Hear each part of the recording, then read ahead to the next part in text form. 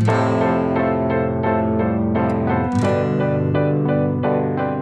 guys, this is Sanjeev from iChatter. Today we are going to take a look at CM13 on Nexus 6P. CM team has just started releasing nightlies for Nexus 6P. I have installed the latest one and let's see how it is running on the phone. Most of the CM feature has already been ported to CM13 and running fine on Nexus 6P. Let's take a look at some of them. The first one is which is very important one is under display settings. Other than the regular settings, you have a live display setting which will allow you to create different profiles for your display mode, and you can set up your color temperature on the screens as well as color calibrations. These settings are very important considering that there is a lot of concern about the pink hue on the AMOLED screen. So you can actually do a color calibrations and see which one works fine for you. The other one which is good here is LCD density. So 560 dpi is the default which comes with Nexus 6P.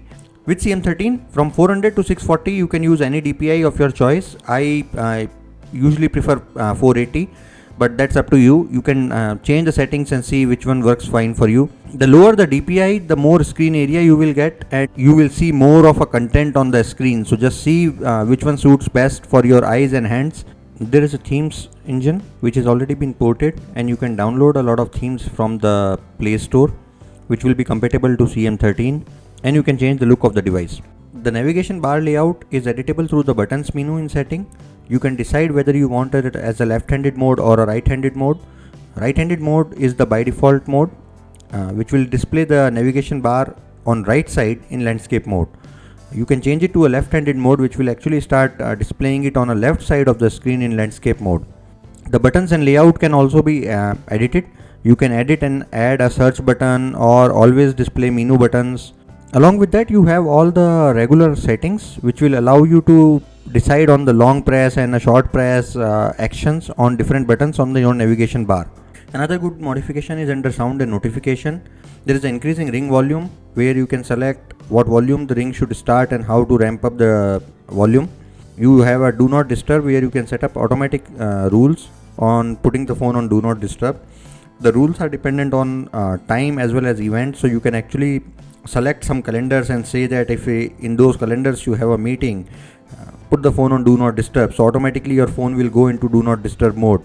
You will also get an access to system profiles where you can define different profiles which will allow you to actually set different connection methods, some of the volume overrides as well as some of the system settings and the triggers when you actually want to activate those profiles. So you can define with either a Wi-Fi trigger or a Bluetooth or a NFC trigger and decide when you want to activate those different profiles, and based on that those profiles will be activated and all of your settings will suddenly change. You also have an access to status bar modifications where you can change how the status bar should look.